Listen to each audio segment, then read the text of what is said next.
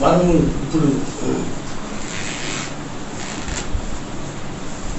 ఈ యొక్క ముగింపు దినములో మనం ఉన్నాము. ఎందుకంటే సర్వశక్తిమంతుడు ఇంకా తన కార్యములను ముగించేసి ఇంకా ఆయన 1000 ఏళ్ల పాలనను ఆరంభించబోతూ ఉన్నాడు.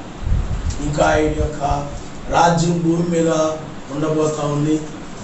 ఇంకా రోమా సామ్రాజ్యము ఇంక ఏమి ఉండవు. ఎందుకంటే మనల్ని రోమా సామ్రాజ్యం నుండి బయటకు పిలిచి ఇప్పుడు ఆయన రాజ్యంలోనికి మనల్ని ప్రవేశింపజేస్తూ ఉన్నాడు. ఆయన రాజ్యం ఎలాంటిదో ఆయన మనకు బయలుపరిచాడు. ఆయన రాజ్యము దావీదు నక్షత్రము, దావీదు కేడమే ఆ రాజ్యమని మనకు ఆయన బయలుపరిచాడు. కాబట్టి మనము ఇప్పుడు ఆ రాజ్యానికి ప్రవేశించే సమయంలో మనం ఉన్నాం కనుక ఆ రాజ్యానికి ప్రవేశించాలి. ఆ రాజ్యానికి ప్రవేశించడం అంటే నీవు నీతి, సమాధానము, పరిశుద్ధాత్మ ఆనందమును కలిగి ఉన్నట్లయితే, పరిశుద్ధాత్మను బట్టి ఆనందిస్తూ ఉన్నట్లయితే అప్పుడు నీవు ఆ రాజ్యంలోని ప్రవేశించినట్లయితే. కాబట్టి ఎప్పుడు ఎల్లప్పుడూ కూడా ఆయన యందు ఆనందించుడి అన్న బైబిల్. ఎల్లప్పుడూ ఏదో వాక్యం వింటున్నప్పుడు, పాట పాడుకుంటున్నప్పుడు, అది ఆరాధించుకుంటున్నప్పుడు కాదు. ఎల్లప్పుడూ కూడా ఆయన్ని కలిగి ఉన్నందుకు నువ్వు సంతోషంగా ఉండాలి. ఈ రక్షణ కలిగినందుకు, ఈ రక్షణ పొందుకుంటున్నందుకు, ఈ రాజ్యాన్ని బట్టి నువ్వు ఆనందిస్తూ ఉండాలి. లోకంలో మనుషులు లోక సంబంధమైన వాటిని బట్టి ఆనందిస్తూ ఉంటారు. మనమైనట్లయితే మనము ఆయన యొక్క రక్షణను బట్టి, ఆ ఉగ్రతను తప్పిస్తున్న దానిని బట్టి, అతడు నన్ను ప్రేమిస్తూ ఉన్నాడు కనుక అతను నేను తప్పించిందని బైబిల్లో రాయబడింది. కాబట్టి మనం ఆయన ప్రేమిస్తూ ఉన్నాం కనుక అందును బట్టి మనల్ని ఆయన ఉగ్రత నుండి తప్పించువాడుగా ఆయన ఉన్నాడు. అందుకని ఆయన మనకు తండ్రి అయి ఉన్నాడు. ఆయన యొక్క పిల్లలమై ఉన్నాం. మన యొక్క తండ్రి ఎవరు అంటే ఆయన. అందువలనే ఆ తండ్రికి మనం వారసుని. అందుకనే మన కోసమే సమస్తము జరిగించాడు. అది నీవు కూడా ఏది చేసినా కానీ ఆయన కోసమే చేయాలి. అందుకు బైబిల్లో రాబడింది, బ్రతికినను చనిపోయినను మనము ఆయన కోసమే. ఏదైనా చేసినా, బ్రతికినా, చనిపోయినా ఆయన కోసమే బ్రతకాలి, చనిపోయిన ఆయన కోసమే చనిపోవాలి. అందుకే పౌలు గారు అంటారు, బ్రతుకుడు మెస్సయ్యే, చావు అయితే మీరు, బ్రతికితే మెస్సయ్య కొరకు బ్రతుకుతాను భూమి. చావు అయితే ఇంకా మీరు, ఎందుకంటే ఆయనతో ఉండడం ఇంకా ధన్యత కాబట్టి. అందుకని ఆ దానిని బట్టి చెప్తున్నాడు. కాబట్టి నువ్వు బ్రతికితే భూమి మీద ఎందుకు బ్రతకాలి? చాలా మంది అంటారు, నేను నా భార్య కోసం బ్రతుకుతున్నాను, నాకు లేకపోతే అసలే లేదు, ఏదో ఆవిడ బాధపడుతుంది, ఒంటరి అయిపోద్దని, లేకపోతే పిల్లల కోసం బ్రతుకుతున్నాను, లేకపోతే నా ముసలోడి కోసం బ్రతుకుతున్నాను, లేకపోతే నేను ఏదో నా భర్త కోసం బ్రతుకుతున్నాను, లేకపోతే నాకు బ్రతకాలని అసలు లేదు, అలాగే ఇలాగే చాలామంది చెప్తూ ఉంటారు. అది కాదు, ఆయన కోసమే నువ్వు బ్రతకాలి. ఆయన కార్యం చేయడం కోసం బ్రతకాలి, ఆయన పరిచర్య చేయడం కోసం బ్రతకాలి, ఆయన గురించి మాట్లాడడం కోసం, ఆయన గురించి ఇతరులతో మాట్లాడడం కోసం నువ్వు బ్రతకాలి, ఆయన ప్రార్థించడం కోసం బ్రతకాలి, ఆయన ఆరాధించడం కోసం, ఆయన క్రియలు చేయడం కోసం, ఆయన కోసం నువ్వు బ్రతకాలి. బ్రతికినను బ్రతికితే ఆయన కోసమే బ్రతకాలి. చనిపోయినా కూడా ఆ వాక్యం మీద నిలబడి అన్నాడు అపోస్తలుడైన పౌలు గారు, ఆయన కోసం చనిపోయాడు, ఆయన కోసమే చనిపోయాడు. చనిపోయినా కానీ ఆయన కోసం చనిపోయాడని సాక్షి. వీళ్ళు డబ్బు కోసం తనుకుని చచ్చిపోయారు అంటారు. అది కాదు, వాక్యం నిమిత్తమై ఆయన నమ్మనిస్తారు. హల్లెలూయా. చాలా మంది ఆస్తుల గురించి గొడవలు పెట్టుకుని వాటి కోసం చంపేసుకుంటారు. చాలా మంది పొలాల గురించి గొడవలు పెట్టుకొని చంపుకుంటారు. చాలా మంది ఆ భూ సంబంధమైన వాటి కోసం చచ్చిపోయారని సాక్ష్యం పొందుతారు వాళ్ళు. అది కాదు, మన వాక్యం నిమిత్తమై మనము చనిపోయేటువంటి వారంగా ఉండాలి. బ్రతికితే ఆయన కోసమే బ్రతకాలి. ఆయన నామనిస్తాం. హల్లెలూయా, హల్లెలూయా. ఎందుకనంటే ఆ భక్తి అంటే అదే. సైనికుడు కూడా అది, సైనికుడు అదే విధంగా ఉంటాడు. సైనికుడు ఎప్పుడు కూడా ఏం చేస్తాడనంటే, అతడు యుద్ధానికి వెళ్ళేటప్పుడు బ్రతికితే దేశం కోసం బ్రతుకుతాడు, చనిపోతే దేశం కోసం చనిపోవాలి. అంతే, ఇంకొకటి లేదు. బ్రతికితే దేశం కోసం బ్రతకడం, చనిపోతే దేశం కోసం చనిపోవడం. ఇంకొక ఆప్షన్ లేదు. ఏదో కుటుంబం కోసం చచ్చిపోయాడు అనేది కాదు. అతడు దేశం కోసం చనిపోతాడు. బ్రతికితే దేశం కోసం, దేశాన్ని రక్షించడం కోసం, దేశం కోసం తన జీవితాన్ని త్యాగం చేస్తాడు. దేశాన్ని రక్షించడం కోసం తన ప్రాణాన్ని త్యాగం చేస్తాడు. ఆ విధంగా మనము కూడా ఆయన యొక్క వాక్యం కోసం, ఆ నీతిని కాపాడుకోవడం కోసం, ఆ రక్షణని కాపాడుకోవడం కోసం, నీవు సమాజంలోని వారి కోసం, సమాజంలోని వారిని పరిచయం చేయడం కోసం, వాళ్ళని ఆదరించడం కోసం, వారి కొరకు ప్రార్థించడం కోసం నీ జీవితంలో త్యాగం చేయాలి. ఆయన నమ్ముస్తాం. హల్లెలూయా, హల్లెలూయా. అందువల్ల బ్రతికితే ఆ విధంగా మెస్సీ కోసం, సర్వశక్తిమంతుడి కోసం బ్రతకాలి. వాక్యం వినాలి. వాక్యం ఎప్పుడు కూడా వింటుండాలి, చదువుకుంటా ఉండాలి. ఈ యొక్క మధ్యలో ఈ ఆదివారం, మళ్ళీ ఆదివారానికి మధ్యలో ఈ బ్రదరుళ్ళు వచ్చి మళ్ళా మీ వాక్యం చెప్పినప్పుడు మనం రికార్డ్ చేసి మీకు పంపుతూ ఉంటారు. మళ్ళా పంపడం జరుగుతూ ఉంది. వాటిని మీరు మరలా విని దాని గురించి మళ్ళా ప్రార్థన చేసుకోవాలి. వాక్యాన్ని ఏదో కాలక్షేపంగా ఆ మాటలు విన్నట్టు, ఈ మాటలను విన్నట్టు వినకూడదు. వాక్యాన్ని ఇప్పుడు కూడా మనం భయంతో వినాలి. వాక్యంలో ఏం చేయాలి చెప్పండి? ఏదో తేలిగ్గా తీసుకొని ఏదో న్యూస్ పేపర్ చదివినట్టుగాను, అలాగే ఏదో విన్నట్టుగా తేలిగ్గా ఏదో విన్నట్టుగానే ఉండకూడదు. కానీ ఆ యొక్క వాక్యం ఇది, సర్వశక్తిమంతుని మాటలు ఇవి. కాబట్టి నేను జాగ్రత్తగా వినాలి, భయంతో వినాలి. ఎక్కడ వాటిని అనాలోచనగా వింటాను. కొంతమంది వాక్యం చెప్తా ఉంటే ఇంకోటి ఆలోచిస్తూ ఉంటారు. వాక్యం వినడం కాకుండా వేరేది ఎక్కడెక్కడో ఆలోచిస్తూ ఉంటారు. అది వాళ్ళ స్థిరత్వం లేదు. అందువల్ల వాక్యం అర్థం కాక నేను చెప్పింది ఒకటైతే వాడు ఇంకోటి చెప్తూ ఉంటారు. అది వాక్యాన్ని శ్రద్ధగా వినాలన్నది బైబిల్. అర్థమవుతుందా? వాక్యాన్ని శ్రద్ధగా విని దాన్ని అవలంబించినప్పుడే, దాని ప్రకారం నడిచినప్పుడే రక్షించబడతారు. అందుచేత మనము వాక్యమును అనుసరించేటప్పుడు మనము, లేకపోతే ఆయన నమ్ముకున్నాము అంటే పౌలు గారు చెప్పినట్లుగా బ్రతికితే ఆయన కొరకే బ్రతకాలి, చనిపోతే ఆయన కొరకే చనిపోవాలి. వాక్యం కోసమే నువ్వు బ్రతకాలి, రాజ్యం కోసమే బ్రతకాలి. ఆ రాజ్యాన్ని సమాజం కోసం బ్రతకాలి, సమాజంలోని వారి కోసం బ్రతకాలి. ఎందుకంటే ఇది ఆత్మీయ కుటుంబం. శరీర కుటుంబము అది తాత్కాలికమైంది. నీ బంధువులు, నీ వాళ్ళందరూ కూడా నీకు అర్థమైపోయిన తర్వాత వాళ్ళు ఉగ్రతలు వెళ్ళిపోతారు. అవి కాదు, ఆత్మ సంబంధమైంది. వాళ్ళు నిత్యము నీతో ఉంటారు ఆ రాజ్యంలో. నీవు ఏ ఆత్మ కలిగి ఉన్నావో, ఏ నామం కలిగి ఉన్నావో, అదే ఆత్మ కలిగినటువంటి వారితో నీవు వారి కోసము నీవు. ఎందుకంటే అపోస్తులు అందరూ అదే చేశారు. అపోస్తులు ఏం చేశారు చెప్పండి? సమాజం కోసం, సమాజంలోని వారు కూడా ఒకరి కోసం ఒకరు ఆ విధంగా ప్రయాసపడ్డారు. వాళ్ళ జీవితంలో త్యాగం చేశారు. ఆయన సువార్త కోసం బ్రతికారు, సువార్త కోసం వాళ్ళు చనిపోయారు, ఆయన పని కోసం, ఆయన కోసం. అలాగే నీ జీవితం కూడా ఆ విధంగా ఉండాలి తప్ప వాళ్ళు వాళ్ళ యొక్క కుటుంబాల కోసం, బంధువుల కోసం, వాళ్ళ కోసం, వాళ్ళ ఊరి కోసం, వాటి కోసం, వీటి కోసం త్యాగాలు చేయలేదు, చనిపోలేదు. వాళ్ళు వాక్యం నిమిత్తం ఏం చేశారు చెప్పండి? ఆ వాక్యం నిమిత్తమే కష్టపడ్డారు, నీతిమంతుల కోసమే కష్టపడ్డారు, ప్రయాసపడ్డారు. వారు ఇంకా ఏం చేశారంటే నీతిమంతుల కోసం స్థిరమైన స్వాస్థ్యం ఉన్నదని ఎరిగి వాళ్ళు యొక్క అవసరమైతే ఆ యొక్క పరిశుద్ధ అవసరాల్లో పాలు పొందడానికి వాళ్ళ చల ఆస్తులు కూడా అమ్మేసి, ఆ నిత్యమైనది ఉంది, ఇది తాత్కాలికమైనది అనుకొని, ఆ స్థిరమైనది ఉంది కదా మనకు అనుకొని దీన్ని ఏం చేశారు చెప్పండి?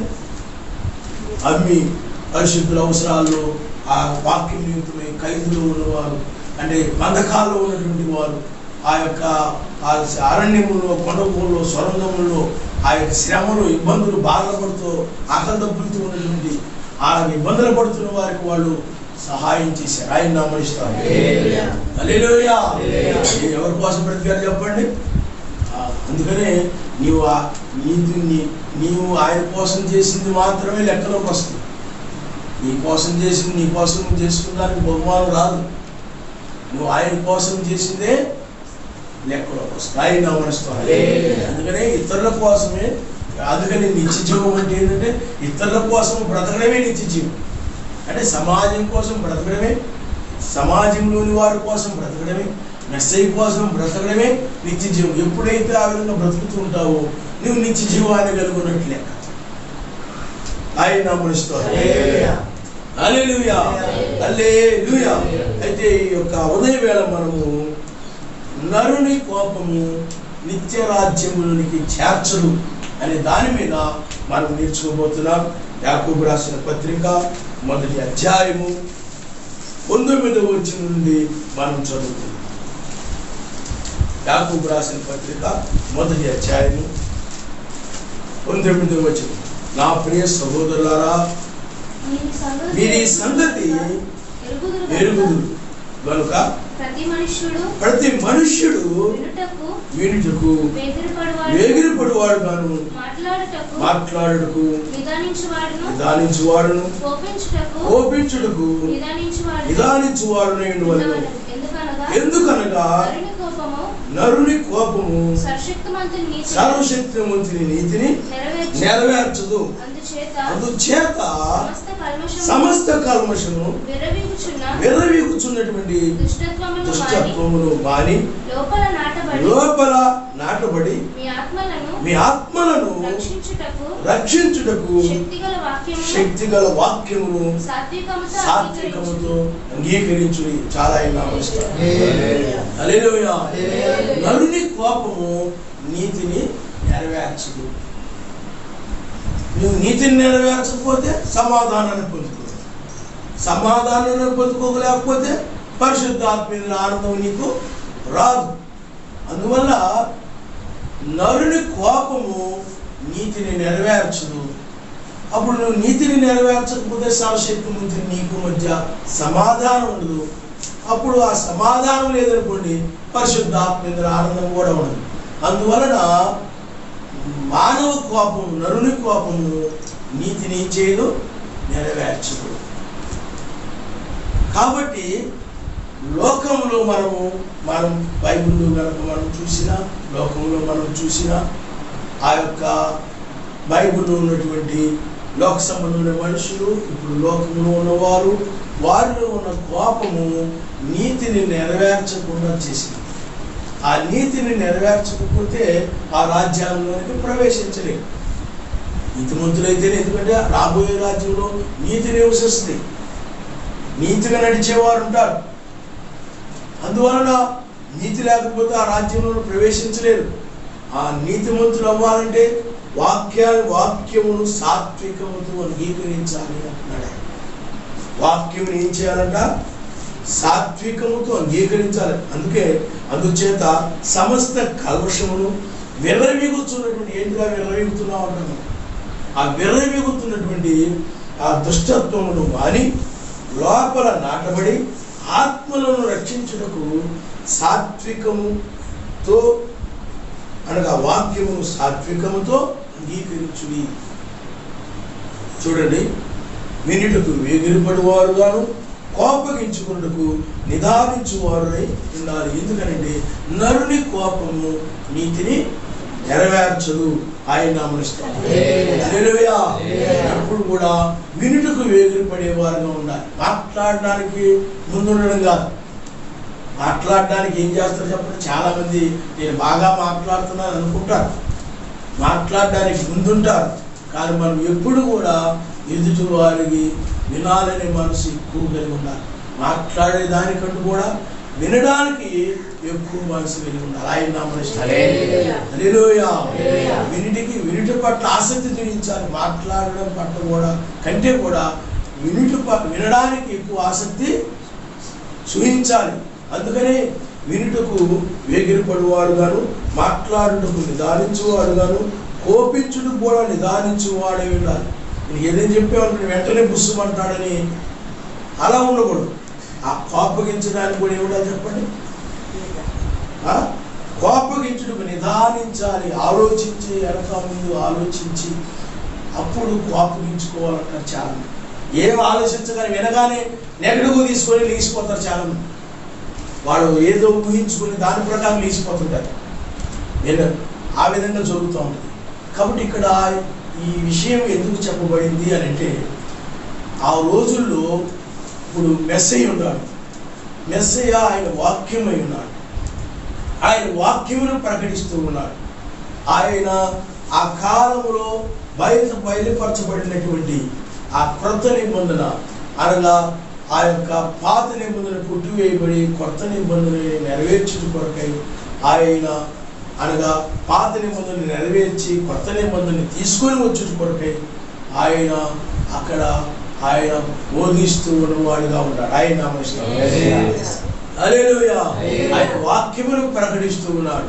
అందుకనే బైబిల్ ప్రకారంగా మనం చూసినట్లయితే సర్వశక్తిమంతుడు ఎక్కడ ఉన్నాడు అని అంటే, మా చర్చిలో ఉన్నాడు, మా చర్చిలో ఉన్నాడు, మా చర్చిలో ఉన్నాడు, మా చర్చిలో ఉన్నాడు.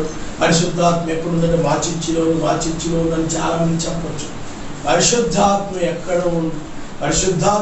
ఉంటాడు అని అంటే, ఆయన వాక్యం ఎక్కడ నెరవేర్చబడతా ఉంటుందో, అనగా వాగ్దానం ఎక్కడ నెరవేర్చబడతా ఉంటుందో అక్కడ ఆయన ఉన్నట్లే. ఆయన అంటే బైబిల్లో ప్రవక్తలు మెస్సయ్య గురించి ముందుగా ఏమి రాశారు, ఏమి తెలియజేశారు, అవన్నీ కూడా అక్కడ నెరవేరుతూ ఉన్నాయి. కాబట్టి అక్కడ ఆయన ఉన్నాడు అని మనం గ్రహించగలుగుతున్నాం. ఆయన హల్లెలూయా, హల్లెలూయా.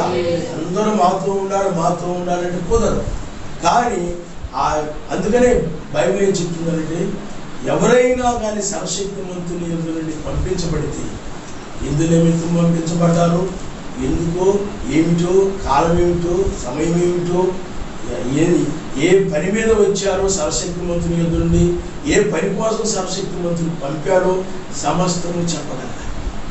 ఇప్పుడు ఏదైనా ఆఫీసర్ వచ్చాడు అనుకోండి, గవర్నమెంట్ పంపింది అనుకోండి, ఏ పని మీద వచ్చాడో చెప్తాడు ఆఫీసర్. అలాంటి పని మీద వచ్చానయ్యా, ఈ పని మీద వచ్చాం, రేషన్ కార్డు ఉన్నాయా లేవా, ఇది సమస్య వచ్చింది, దాని గురించి వచ్చాం, ఏ పని మీద వచ్చారో తెలుస్తుంది. అలాగే సర్వశక్తిమంతుడు కూడా ఆ రోజుల్లో మెస్సయ్య కూడా ఎందు నిమిత్తం వచ్చాడో, ఆయన గురించి లేఖనాలు ఏ విధంగా వ్రాయబడ్డాయో, ఏ పని కోసం ఆయన వచ్చాడో సమస్తమును కూడా ఆయన తెలియజేశాడు. అయితే వారు నమ్మలేదు. వారు ఏం చేయలేదు చెప్పండి? నమ్మలేదు. అందువల్ల సర్వశక్తిమంతుని యొక్క వాక్యము అక్కడ నెరవేర్చబడతా ఉంది. ఇదిగో కన్యక గర్భమున ఆయన జన్మిస్తాడు, ఇదిగో ఆయన గాడిద మీద ఆయన యెరూషలేము ప్రయాణం చేస్తాడు, లేకపోతే ఆయనగా సర్వమానవారి పాప పరిహారమై ఆయన గొర్రె పిల్లగా బలి అవుతాడు, లోక పాపమును మోసుకుని పోయే గొర్రె పిల్ల. ఈ విధంగా ఆ లేఖనాలన్నీ కూడా అక్కడ నెరవేరుతూ ఉన్నప్పుడు సాత్వికముతో, సాత్వికం అంటే శాంతముతో, వాళ్ళు ఆ యొక్క సాత్వికమైన నెమ్మదిమై కలిగిన స్వభావముతో వాళ్ళు ఆ యొక్క వాక్యమును వాళ్ళు అంగీకరించలేక వాళ్ళు ఏం చేశారంటే, ఆ రోజుల్లో వాళ్ళు కోపగించుకున్నారు. ఎందుకు కోపం వచ్చిందంటే, మేము మోషే శిష్యులమి, మోషేతో సర్వశక్తిమంతుడు మాట్లాడాడని మేము ఎరుగుదుము, అయితే నీవు ఆ యొక్క మోషే యొక్క ధర్మశాస్త్రాన్నంతా కూడా నువ్వు మీరిపోతున్నావు, ధర్మశాస్త్రాన్నంతా కూడా నీవు తృణీకరిస్తున్నావు, నీ ఇష్టం వచ్చినట్లు చేస్తున్నావు ధర్మశాస్త్రాన్నంతా కూడా. అందుకనే ఇప్పటికీ కూడా యూదులు ఆయన ఎందుకు నమ్మరు అంటే, ఆయన మెస్సయ్య కాదంటారు. కారణం ఏంటంటే, ఆయన ధర్మశాస్త్రాలు నెరవేర్చలేదు కాబట్టి, ధర్మశాస్త్రం ప్రకారం ఆయన లేడు కాబట్టి. అందువల్ల ఎప్పటికీ కూడా యూదులకి మెస్సయ్య అంటే కోపమే వాళ్ళు. అందుకని మెస్సయ్యని వాళ్ళు అంగీకరించప్పుడు ఇప్పటికి కూడా ఆయన్ని మెస్సయ్యగా అంగీకరించరు ఇప్పటికి కూడా. అందువలన ఎందుకంటే ఆ రోజుల్లో అతడు ఒక చెడ్డ వ్యక్తిగా, అతడు ఒక పాపిగా ఉన్నాడు వాళ్ళకి. అందువలన వాళ్ళు ఇప్పటికి కూడా ఆయన అంగీకరించరు. కానీ సర్వశక్తిమంతుని యొక్క వాక్యము ఎవరైతే అంగీకరించరో, సాత్వికముతో అంగీకరించరో, అప్పుడు వాళ్ళు ఏమైపోతారు చెప్పండి? నీతిని నెరవేర్చలేరు. అందుకనే మెస్సయ్య ఆనాడు వాక్యమును బోధిస్తూ ఉన్నప్పుడు, మీరు సర్ప సంతానమై ఉన్నారు, మీరు అబ్రహాము పిల్లలు అని చెప్పుకుంటున్నారు, కానీ అబ్రహాము యొక్క విశ్వాసం మీలో లేదు. అబ్రహాము అయినట్లయితే ఆ రోజుల్లో ఆ యొక్క ఆదికాండం 18వ అధ్యాయంలో 2 దూతలతో వచ్చినప్పుడు ఆయన అది చేర్చుకున్నాడు. ఆయన ఆతిథ్యం ఇచ్చాడు, ఆయన వాగ్దానాలను స్వీకరించాడు. ఈ విధంగా అబ్రాహాము గారు విశ్వసించాడు. నేను నమ్మడానికి వీలుగాను వాగ్దానం చేసినప్పుడు అబ్రాహాము గారు విశ్వసించాడు. మీరైతే అబ్రాహాము పిల్లలను చెప్పుకుంటున్నారు, కానీ మీరు విశ్వసించడం లేదు కనుక మీరు అబ్రాహాము పిల్లలు కారు. ఎందుకు మీరు అబ్రాహాము పిల్లలు కారు అని అంటే, మీ యొక్క విధానము అనగా మీరు ఆ కయ్యూను వలె మీ సొంతంగా మానవ కల్పితమైన మనుషులు కల్పించిన పద్ధతులు దైవోపదేశమైన బోధించు వ్యర్థముగా మీరు ఆరాధిస్తూ వ్యర్థమైనటువంటి బలి అర్పణను మీరు చేయొచ్చు, లేకపోతే వ్యర్థమైన ప్రార్థనలు చేయొచ్చు. ఈ విధంగా మీరు ఉన్నారు కనుక మీరు ఆ యొక్క కయ్యూను వలె, కయ్యూను ఏ విధంగా సర్పాన్ని పుట్టి సర్ప సంతానముగా ఉన్నాడో మీరు కూడా సర్ప సంతానముగా కయ్యూను వలె మీరు ఉన్నారు. ఎందుకంటే కయ్యూను ఆ రోజుల్లో సర్వశక్తిమంతుడు కయ్యూను యొక్క ఆరాధనని తిరస్కరించినప్పుడు, అతని యొక్క ప్రార్థన తప్పు, నువ్వు వాక్యానికి విరోధంగా ఉన్నావు, అది తప్పు అన్నప్పుడు అతడు పశ్చాత్తాపడకుండా ఏమాత్రం కూడా నిజమే, నన్ను క్షమించు, నేను చేసినటువంటి బలి అర్పణ లేకపోతే ఈ యొక్క నేను తీసుకొచ్చిన పండ్లు కానీ ఆ పొలంలో బట్టి నేను తీసుకొచ్చిన ఆ పండ్లు కానీ అవి నీకు వాక్యానికి విరోధమైనవి అయినట్లయితే నీవు అంగీకరించట్లేదు కాబట్టి నన్ను క్షమించు, లేకపోతే ఏ విధంగా నేను అర్పించాలి, నీకు ఏ విధంగా అర్పిస్తే నీకు అంగీకారంగా ఉంటుంది, నీవు దాన్ని అంగీకరిస్తావు అని అలాంటి మంచి మనసు కలిగి, అందుకని మంచి మనసు కలిగి కావాలి. ఆ మంచి మనసు కలిగి ఏమాత్రం కూడా సర్వశక్తిమంతుడిని విచారించలేదు, అడగలేదు.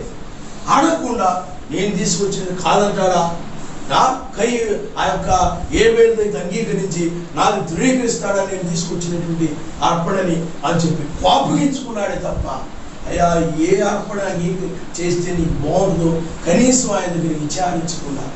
ఒకవేళ ఆ విధంగా చేసిన నన్ను క్షమించు ఆయన, నీకు నిజమైన అర్పణని నేను అర్పించినందుకు నన్ను క్షమించు ఆయన అని పశ్చాత్తాపడకుండా ఆ యొక్క సర్వశక్తిమంతుని యొక్క వాక్యమును అతడు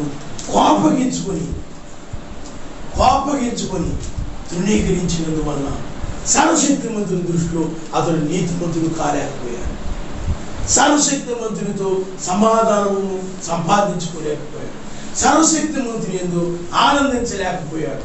అదే విధంగా యూదులు కూడా అదే విధంగా కయ్యూను వలె, అందుకనే వాళ్ళు కూడా అదే విధంగా ఉన్నారు కాబట్టి కల్పితమైన పద్ధతులతో సొంత భక్తి, సొంత ఆలోచన ప్రకారం ప్రత్యక్షతతో కావాలి. ప్రత్యక్షత అంటే బయలుపోవడం. ఏంటంటే ఆ రోజుల్లోనే రక్తము ద్వారా విమోచన కలుగుతుందని, ఆ రోజులోనే బయలుపరచబడింది కాబట్టి ఇప్పుడు మనం రక్తము ద్వారా విమోచన కలుగుతుందని మనం మెస్సీ యొక్క నామములో బాప్తిజం పొంది మనము ఆయన రక్తాన్ని బట్టి మనం విమోచించబడ్డాం. కానీ ఆ రోజుల్లోనే ఏబేలుకు ఆ ప్రత్యక్షత ఉంది. ఆ ప్రత్యక్షతను బట్టి మనం కలిగిన ప్రత్యక్షతను బట్టి విగ్రహమైన వాటిని విడిచిపెట్టేసి మన పాపం కోసం ఆయన రక్తం చిందించాడు, మన పాప క్షమాపణ మెస్సీ వల్లే కలుగుతుంది అని మనం నమ్మాం. బయలుపాటు కలిగింది, మనకి నామములో బాప్తిజం పొందాం. కానీ మీరు ఆ యొక్క ఏబేలుకు ఆనాడే బయలుపాటు ఉంది, రక్తము ద్వారానే తప్ప పాప క్షమాపణ లేదని ఎరిగి శ్రేష్టమైన గొర్రెపిల్లను ఒక దాన్ని తీసుకొని వచ్చి బలిగా అర్పించాడు. ప్రత్యక్షత, బయలుపాటు. ఏ విధంగా ఇప్పుడు మనం ఉన్నాం, మనం ఆరాధించే ఆరాధన ఆయనకి ఇష్టమైంది. కారణం ఏంటంటే బయలుపరచబడిన దాని ద్వారా మనం ఆరాధిస్తున్నాం, ఆయన హల్లెలూయా. అంతేగాని మిగతా సంఘాలలాగా ఏదో ఏసే రక్షకుడు అని బోధించుకుంటే వెళ్ళడం లేదు. మనకు ఒకటి బయలుపరచబడింది, ఏది రక్షిస్తాం, దేనివల్ల మనం రక్షించబడతామో ఆ నక్షత్రాల గురించి మనం బయలుపరచబడింది. ఆ రోజుల్లో ఏబేలు కూడా ఆ యొక్క రక్తం ద్వారా విమోచన కలుగుతుంది బయలుపరచబడింది. దానిని బట్టి అతడు ఆరాధించాడు, ఆ బలిని అర్పించాడు. కానీ కయ్యూనుకు అయినట్లయితే ఆ ప్రత్యక్షత లేదు. ఈనాడు మత్స్యాల సంఘాలకి ఆ ప్రత్యక్షత లేక ఆ ముగ్గురు అనేది ఆ పట్టుకుని ఒక్కడని వాళ్ళకి తెలియక ఏ విధంగా అయితే వాళ్ళు ఆరాధించుకుంటూ వెళ్ళిపోతున్నారో ఆ రోజుల్లో కూడా కయ్యూనికి ఆ బయలుపాటు లేదు. బయలుపాటు లేక సొంత విధానంతో, సొంత బుద్ధితోటి, ఆ సొంత జ్ఞానముతోటి, సొంత తెలివితేటలతోటి ఆ విధంగా తన ఇష్ట ప్రకారంగా సర్వశక్తిమంతుడి దగ్గరికి అర్పణ తీసుకొచ్చాడు తప్ప, అది సర్వశక్తిమంతుడు బయలుపరిచి సర్వశక్తిమంతుడికి ఇష్ట ప్రకారంగా సర్వశక్తిమంతుడికి ఇష్టమైన అర్పణను అతను తీసుకున్నాడు. అందువల్ల దాన్ని సర్వశక్తిమంతుడు ఏం చేశాడు చెప్పండి? అంగీకరించలేదు. దాన్ని నువ్వు ఎందుకు అంగీకరించవు అని కోపపడ్డాడే తప్ప, అయ్యో దీన్ని నా యొక్క అర్పణ అంగీకరించలేదే, ఇంకా నేను ఏం చేస్తే బాగుంటుందా? కొన్నిసార్లు మనము ఎవరికైనా ఏదైనా పని చెప్తాం, వాడు సరిగ్గా చేయలేదంటే కోపడితే ఏం చేస్తారు చెప్పండి? కోపడి మనం ఇంకోసారి చెప్తే చేయరు. నన్ను ఎందుకు కోపడ్డాను మనసులో పెట్టుకుంటారు. దాన్ని ముందప్పుడు నాకు ఎందుకు చెప్పలేదు, ముందప్పుడు నాకు చెప్తే నువ్వు ఇలా అన్నావు అలా అన్నావు, ఇప్పుడు నేను ఎందుకు చేయాలి, ఇప్పుడు నా అవసరం వచ్చిందా? అది కయ్యూరు స్వభావం అంటారు. ఆ కోపం అలా పెట్టుకున్నాడు కయ్యూరు, అంతేగాని అయ్యో ఈ పొరపాటు ఇలా జరిగిందని సర్వశక్తిని అంగీకరించలేదు కాబట్టి ఇంకా ఏ విధంగా చేస్తే నేను ఆయన మెప్పించగలుగుతాను, నాకు బయలుపరచు, తెలియచేయను ఆయన అని దాన్ని ఎందుకు దీన్ని అంగీకరించలేదు, దీని విషయంలో నీవు ఎందుకు నాయన ఇది సరైనది కాదన్నావు కాబట్టి తెలియచేయను ఆయన తెలుసుకొని సరిదిద్దుకోవాలనే మనసు లేదు అతడికి. సరిదిద్దుకోవాలనే మనసు అతడికి లేదు. అతను ఏది చేశారో అది ఏది తెచ్చారో దాన్ని అంగీకరించాలి. అంగీకరించకపోతే కోపడిపోతాడు. అది సర్వశక్తికి ఇష్టమా కాదా, లేకపోతే అది సర్వశక్తివంతుడు అది అంగీకరించలేదు అనుకోండి, అప్పుడు దాన్ని అంగీకరించే విధంగా నువ్వు ఆయన అడగాలి. ఆయన ఎందుకంటే అది అంగీకరిస్తేనే నువ్వు నీతిమంతుడు. నువ్వు కోపగించుకొని నువ్వు నెరవేర్చలేదు అనుకోండి, నువ్వే నీతిమంతుడు కావు. నీకు సర్వశక్తి మధ్య నీకు సమాధానం ఉండదు. నువ్వు పరలోక రాజ్యానికి వెళ్ళవు, ఆ రాజ్యానికి వెళ్ళలేవు. కాబట్టి నీవు ఆయనకి మధ్య నీకు ఆయనకి మధ్య సమాధానం ఉండాలి, నీతిమంతుడు అవ్వాలి, పరిశుద్ధాత్మ మీద ఆనందం కలిగి ఉండాలంటే ఆయన ఎందుకు నా యొక్క అర్పణను నువ్వు అంగీకరించలేదు అంటే పనులు నీ యొక్క అర్పణను నువ్వు ఎందుకు అంగీకరించలేదు నాకు తెలియచేయి, ఆయన బయలుపరచు, లేకపోతే నేను ఇంకా ఏం చేయాలో నాకు తెలియచేయి, ఏది అర్పిస్తే నువ్వు అంగీకరిస్తావో ఆ విధంగా విచారించినట్లయితే సర్వశక్తిమంతుడు అతనితో మాట్లాడింది. కయ్యూను నువ్వు కూడా వెళ్ళి ఒక గొర్రెపిల్లను తీసుకొచ్చి అర్పించి అని చెప్పేవాడు ఆయన. కానీ అతడు ఏమాత్రం విచారించకుండా కోపగించుకుని వెళ్ళిపోయాడు. అందులో నరుని కోపం అంటే సర్పం యొక్క కోపమే నరుని కోపం, సాతాను యొక్క కోపం. అందువలన ఆ కోపము కలిగినటువంటి వారు, అలాంటి స్వభావం కలిగిన వారు సరిదిద్దుకోలేరు, మార్చుకోలేరు, మరలా వాడు ఆ విధంగా చేయలేరు. కాబట్టి ఆ కోపం వలన అతడు నీతి క్రియలు నెరవేర్చలేకపోయాడు. అర్థమైందా? ఆ కోపం వలన సమాధానం లేకుండా పోయింది సర్వశక్తి. ఆ కోపం వలన సర్వశక్తిమంతుని ఆనందం లేకుండా పోయింది. చివరికి అతని మీద ఏమేమి చెప్పండి? ముద్ర వేయబడింది. అంటే ఆ ముద్ర మృగం యొక్క ముద్ర. ఆ ముద్ర పడిందంటే ఇంకెప్పుడు కూడా సర్వశక్తిమంతుడు రాలేదు. మృగం యొక్క ముద్ర అంటే ఒక గుర్తు వేయబడింది అతని మీద, ఇంకా ఆ గుర్తుతో ఉండిపోయాడు. అలాగా నరుని కోపం ఏం చేసింది చెప్పండి? నీతిని నెరవేర్చలేకుండా చేసింది. అలాగే ఇజ్రాయిల్ కానీ యూదులు కూడా అదే పరిస్థితి. వాళ్ళు చేసిన ప్రార్థన కానీ, వాళ్ళు చేసిన భక్తిని కానీ, వాళ్ళ యొక్క ఆరాధనను కానీ ఆయన ఏం చేశాడనండి, ఇది మనుషులు కల్పించినటువంటి పద్ధతులతో కూడినటువంటిది, ఇది వ్యర్థమైన ఆరాధన. మీరు పైకి నీతిమంతులుగా కనబడుతూ ఉన్నారు కానీ మీరు ఉదయం అంతా కూడా అంటే పైకి సున్నం కొట్టిన సమాధులు వలె ఉన్నారు కానీ ఉదయం అంతా కుడిపోయిన ఎముకలతో పోడైపోయి ఉన్నది. మీరు పైకి శృంగారంగా కనబడుతూ ఉన్నారు కానీ లోపలంతా కూడా చెడుతో ఉంది అన్నప్పుడు మేము అబ్రాహాము సంతానం, మేము నీతిమంతులేము అంటే శరీర సంబంధంగా మేము నీతిమంతులు అనుకుంటున్నారా తప్ప మేమే నీతిమంతులు అనుకుంటాం కాబట్టి మేము నీతిమంతులు అనుకుంటున్నారా? మా యొక్క అబ్రాహాము, ఇస్సాకు, యాకోబు, దావీదు ఇలాంటి వాళ్ళ వంశాలకు సంబంధించిన వారు ఆ యొక్క గర్వం ఉందో తప్ప వాళ్ళు కలిగిన విశ్వాసం కానీ వాళ్ళు కలిగిన దీనత్వం కానీ వీళ్ళకి లేవు, క్రియలు లేవు. కానీ శరీర సంబంధమైన గర్వం మాత్రం ఉంది, అహంభావం ఉంది. అందుకనే వాళ్ళు మేము నీతిమంతులమి, మాకు ఇంకెవరి బోధ అవసరం లేదు, మేము ఎప్పుడు ఏ పాపం చేయలేదు, మేము నీతిమంతులమి, మేము పరిశుద్ధులమి, నీతిమంతుల సంతానమి అని ఒక హెచ్చింపును కలిగి ఉండేవారు వాళ్ళు. అందువల్ల ఆ హెచ్చింపుని బట్టి ఆయన ఏం చెప్పాడనండి, మీరు పైకి నీతిమంతులుగా కనబడుతున్నారు కానీ, శరీర సంబంధంగా మీరు నీతిమంతులుగా కనబడుతున్నారు కానీ, క్రియల దగ్గరకు వచ్చేటప్పటికి మీరు సర్ప సంతానం అనగా సర్పము సంతానమైన కయ్యూని యొక్క కోపం మీలో కనబడతా ఉంది. ఆ కయ్యూను ఏ విధంగా అయితే అది గద్దించినప్పుడు, హెచ్చరించినప్పుడు, తెలియజేసినప్పుడు పశ్చాత్తాపడే స్వభావము ఆ కయ్యూనికి ఎలాగూ లేదో, మీకు కూడా మిమ్మల్ని హెచ్చరించినప్పుడు, మీకు తెలియజేసి మీ యొక్క భక్తి సరైనది కాదని చెప్పినప్పుడు, మీరు వెళ్ళే మార్గము సరైనది కాదని తెలియజేసినప్పుడు మీరు కోపగించుకొని తిరగబడుతున్నారే తప్ప, ఏమండి కోపగించుకొని ఏం చేస్తున్నారో చెప్పండి, తిరగబడుతున్నారు తప్ప, అయ్యో ఏమి చేయాలి, మీరు ఏం చేయాలి, రక్షణ పొందడానికి మీరు ఏం చేయాలి అని మీరు విచారించేవాడుగా లేరు. అయ్యా మేము సున్నం కొట్టిన సమాధులుగా ఉన్నాం అంటున్నారు, అయితే మేము ఏం చేయాలి అని విచారించే స్వభావం మీలో కనబడడం లేదు.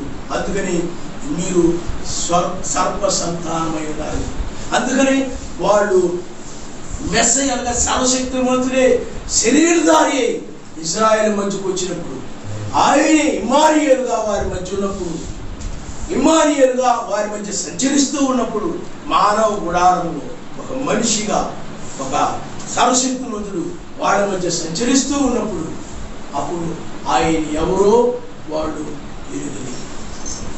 ఎందుకు ఎరుగలేదంటే వాళ్ళకి ఆ బయలుపాటు లేదు, వాళ్ళపై మూసివేసాడు ఆయన, వాళ్ళని కఠినపరిచాడన్నది బైబిల్.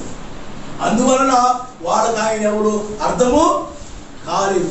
అందుకనే ఆ కోపగించుకునేవారు ఆయన బోధించినప్పుడు, ఆయన వాక్యమును తెలియజేసినప్పుడు, వాక్యమును ప్రకటించినప్పుడు సాత్వికముతో అంగీకరించకుండా వాడు తృణీకరించేసేవారు, త్రోసివేసేవారు. ఆయన వాక్యం విన్నప్పుడు కోపగించుకునేవారు, ఏమాత్రం కూడా పశ్చాత్తాపడేవారు కాదు. మేము నీతిమంతులు అనుకునేవారు కానీ సుంకరులు, పాపులు, వ్యభిచారులు వీళ్ళందరూ కూడా ఏం చేసేవారంటే పశ్చాత్తాపడేవారు. నిజమే మేము వ్యభిచారులని, మమ్మల్ని క్షమించండి. మేము పాపాత్మురాలనే స్త్రీ వచ్చింది, ఆమె నిజమే నా జీవితం అంతా పాపం జీవితే. అలాగే ఆ జక్కయ్య వచ్చాడు, నిజమే నేను అన్యాయం చేశాను, అక్రమం చేశాను, మోసం చేశాను అని ఆ యొక్క మెసేజ్ దగ్గరకు వచ్చి వాడు పశ్చాత్తాపడ్డారు, వాడు మారు మనసు పొందారు. వాడు మారు మనసు పొందిన దాన్ని బట్టి, వాళ్ళ క్రియలను బట్టి వీడు అబ్రహాము సంతానమే అన్నాడు ఆయన నామనిస్తాడు. హల్లెలూయా. అంటే అది హెచ్చరించినప్పుడు వాళ్ళు ఏం చేశారు చెప్పండి, పశ్చాత్తాపడే స్వభావం కలిగి ఉన్నారు. పశ్చాత్తాపడి వారి యొక్క దోషం ఆయన సన్నిధిని ఒప్పుకొని వాటిని విడిచిపెట్టేసి నీతిమంతులయ్యి సర్వశక్తిమంతులు సమాధానపడి సర్వశక్తిమంతులు ఏందో మెస్సీతో పాటు ఆనందించారు. మెస్సీతో పాటు ఆనందించారు. వాళ్ళు మెస్సీ ఏం చెప్పాడు దాన్ని నడిచి నీతిమంతులయ్యారు. అదే యూదులైనట్లయితే కోపగించుకుని వాళ్ళు సర్వశక్తిమంతుల్ని అనగా మెస్సీని వాళ్ళు ప్రేమించలేకపోయారు. మెస్సీ ఏం చెప్పాడు దాన్ని చేయలేకపోయారు. మెస్సీ యొక్క ఆ మాటలకు లోపడకపోవడం వలన, వారు దాన్ని అంగీకరించకపోవడం వలన వాళ్ళు నీతిని పొందుకోలేకపోయారు. మెస్సీతో సమాధానంగా లేరు. సర్వశక్తిమంతుని కూడా ఆనందించలేకపోయారంటే ఆయన రాజ్యమును వాళ్ళు పోగొట్టుకున్నారు. అందుకని వాళ్ళు 2000 సంవత్సరాల వాళ్ళకి రాజ్యం ఇది. అందువలన వారు చేయవలసిన క్రియలు వాళ్ళు చేయలేకపోయారు. కోపం ఉన్నప్పుడు ఇంకేం చేస్తారు చెప్పండి, ఆయన హెచ్చరించినప్పుడు లేకపోతే మీ వాళ్ళ యొక్క క్రియల్ని ఖండించినప్పుడు మీరు చేసేటువంటిది అది వాక్యమైనటువంటిది, లేకపోతే అది ధర్మశాస్త్రం కొట్టివేయబడింది, అది మానవ కల్పితమైన సిద్ధాంతాలతో కూడింది అని చెప్పినప్పుడు వారు కోపగించుకున్నారు. కోపగించుకుని ఏం చేశారు చెప్పండి, వారు నీతిని నెరవేర్చలేకపోయారు, ఆయన్ని ప్రేమించలేకపోయారు, ఆయనకి ఏమి పరిచయం చేయలేకపోయారు, ఆయన యొక్క వాక్యం వినలేకపోయారు, ఆ రాజ్యాన్ని పొందుకోలేకపోయారు. అందుకని నరుని కోపము నిత్య రాజ్యంలోనికి ప్రవేశింపలేకపోతూ. సర్వశక్తిమంతుని కోపం ఉండదు. కోపం ఏంటి చెప్పండి, ఆయన దేవాలయంలోనికి వెళ్ళినప్పుడు అది ఒక వ్యాపారం యొక్క ఆలయముగా ఉన్నప్పుడు ఆయన కోపగించుకొని వాటన్నిటిని కూడా ఆయన త్రోసివేసిన సందర్భం మనం చూస్తున్నాం. ఆయన గమనిస్తాం. హల్లెలూయా, హల్లెలూయా. అలాగే ఇక్కడ నరుని కోపం ఏం చేస్తే చెప్పండి, నీతిని నెరవేర్చాలి. సర్వశక్తిమంతుడి కోపం అది చాలా భయంకరమైంది. సర్వశక్తిమంతుడి కోపం, ఆ కోపం ఏం చేస్తుంది? సర్వశక్తిమంతుడి కోపం బైబిల్ ఏమన్నది, త్వరగా మీరు కోపపడు కానీ పాపము చేయకూడదు అన్నది బైబిల్. ఈ కోపంగా ఆ కోపంలో ఏం చేస్తారో తెలియదు, ఏం మాట్లాడతారో తెలియదు. అది నరుని కోపం అంటారు. అందుకనే వాడు కూడా కోపడిపోయి మెస్సీని బయజుకులని దయ్యం పట్టిన వాడని ఇష్టం వచ్చినట్లు మాట్లాడేసి అదేమైపోయింది? ఆ మాటలు ఏమైపోయినాయి? పాపం అయిపోయాయి, దోషం అయిపోయాయి. నరుని కోపము నీతిని నెరవేరుస్తుంది తప్ప ఆ నరుని కోపపడు కానీ పాపం చేయకూడదు అన్నాడు. వాడు కోపపడ్డారు. ఆ కోపం ఏం చేసింది చెప్పండి? పాపం చేశారు. ఏ విధంగా పాపం చేశారు? ఆయన మీద ద్వేషము, అసూయ, క్రోధము, కక్ష ఇవన్నీ పెంచుకొని ఆయన ముళ్ళ కిరీటం పెట్టి ఆ తర్వాత ప్రక్కలో బలింతో పొడిచి సిలువేసి ఇవన్నీ చేశారు. మరి ఇవన్నీ కూడా ఘోరమైన పాపాలు. అందరూ చాలా మంది కోపంతో కొట్టేస్తుంటారు. ఏమైపోతుంది చెప్పండి? కోపంతో ఆ యొక్క తిడుతూ ఉంటారు. మన కొడాయి దగ్గర మనం చూస్తుంటాం. కోపంతో ఒకరి మీద ఒక కోపంతో అనరాని మాటలు అంటూ ఉంటారు, పొగరుగా మాట్లాడుకుంటారు, రకరకాలుగా మాట్లాడతారు. కోపంతో ఆవేశంతో ఏం చేస్తాడో తెలియదు. ఇతను మనిషి కాదు, ఆ స్వభావం కాదు, ఏ పాపం చేస్తాడో ఏం మాట్లాడతాడో తెలియదు. అది కాదు కోపం అనేటువంటిది. కోపగించుకోవడానికి ఏ విధంగా ఉండాలి చెప్పండి? నిదానించాలి. మెస్సీ కూడా ఆ విధమైన అందుకని పాపం చేసే పాపం కాదు. ఆయన యొక్క మాట ఏమిటంటే, ఆయన యొక్క వాక్యం ఏమిటంటే అది క్షేమాభివృద్ధి కలుగు చేసేటువంటిది, అది రక్షించేటువంటిదే తప్ప అది పాపంలో నడిపించేది కాదు. ఆ కోపంలో మళ్ళా ఏదో ఒకటి ఎందుకంటే లోకంలో మనుషులు చూస్తున్నాం. ఆ మనుషులు కోపం వల్ల ఆనందపడం, ఏదన్నప్పుడు ఇవన్నీ ఎందుకు జరుగుతున్నాయి చెప్పండి? కోపం వల్ల ఏదో ఒకటి చేసేస్తున్నారు. ఏదైనా ఇవన్నీ అంటే వాక్యాన్ని మీరేలాగా చేసేటువంటిది అది సాతాను యొక్క కోపం. ఏం మాట్లాడుతుంది? ఎవరిని ఏమంటారో కూడా, సేవకుల్ని ఏమంటారో కూడా దాని ఇష్టం వచ్చి నోరుకి ఎదుగుతుంది మాట్లాడు. సహోదరులు ఏమంటారో తెలియదు, సహోదరులు ఏమంటారో తెలియదు, ఎలా మాట్లాడదో తెలియదు. ఆ కోపం వచ్చింది. కానీ అన్నీ కూడా వాక్య విరుద్ధంగా ఉంటారు. అది పాపం. అందుకని అది ఆ కోపం అనేటువంటిది పాపానికి తీసుకుని నేను పాపిగా చేసే విధంగా ఉండకూడదు ఆ కోపం. అందుకని మెస్సీ కోపం ఉన్నది, అది శుద్ధి చేసే విధంగా ఉంది. ఆయన నామనిస్తాం. హల్లెలూయా. మన హృదయాన్ని ఆయన వాక్యం ఏం చేస్తే చెప్పండి? ఆ శుద్ధి చేస్తే ఇది ప్రార్థనా మందిరంగా మారుస్తుంది. వాక్యం అనేటువంటి నీలో ఉన్నటువంటి లోక సంబంధి వాటిని తీసివేసి ఆయన నివసించి దీనిలో ఆయన ఆరాధించబడి మందిరముగా, ఆలయముగా ఈ శరీరం ఉన్నది. ఆయన నామనిస్తాం. హల్లెలూయా. కోపంతో కొంతమంది ఆళ్ళ మీద ఏళ్ళ మీద ఏదో చెప్పేస్తూ ఉంటారు. మీకు అర్థమైందా? కోపంతో అంటే మాట్లాడవాళ్ళు మాటలు మాట్లాడేస్తున్నారు. కోపంతో రకరకాలుగా వ్యవహరిస్తూ ఉంటారు అన్నమాట. కోపం అనేటువంటిది ప్రమాదకరం.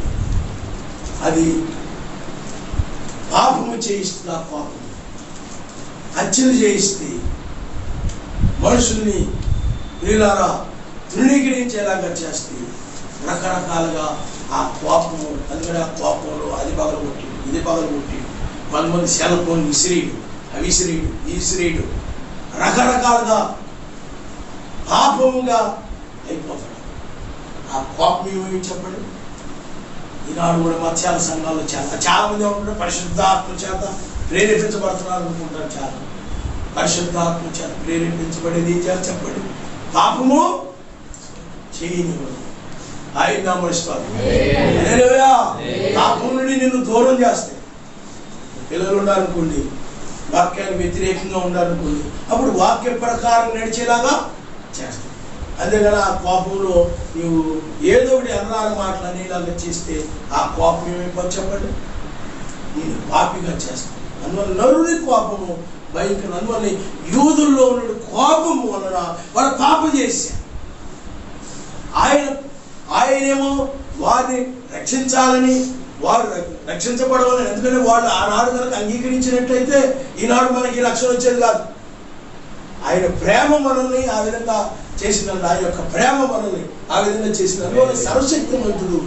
అక్కడ ఆ యూదులు నిజముగా ఆ రోజుల్లో కనుక పశ్చాత్తాపడినట్లయితే నిజంగా మేము చేసేది దోషమే, నిజంగా మేము కల్పిత బోధల కింద ఉన్నాం, కల్పిత సిద్ధాంతాల కింద ఉన్నాం, మేము నిజమే సత్యమే అని కనుక ఆ రోజుల్లో కనుక ఆ యొక్క యూదులు పశ్చాత్తాపడి ఆ యొక్క ఆ ధర్మశాస్త్ర ఆచారాలని పద్ధతుల్ని వాటిని విడిచిపెట్టినట్లయితే, విడిచిపెట్టడం ముఖ్యం,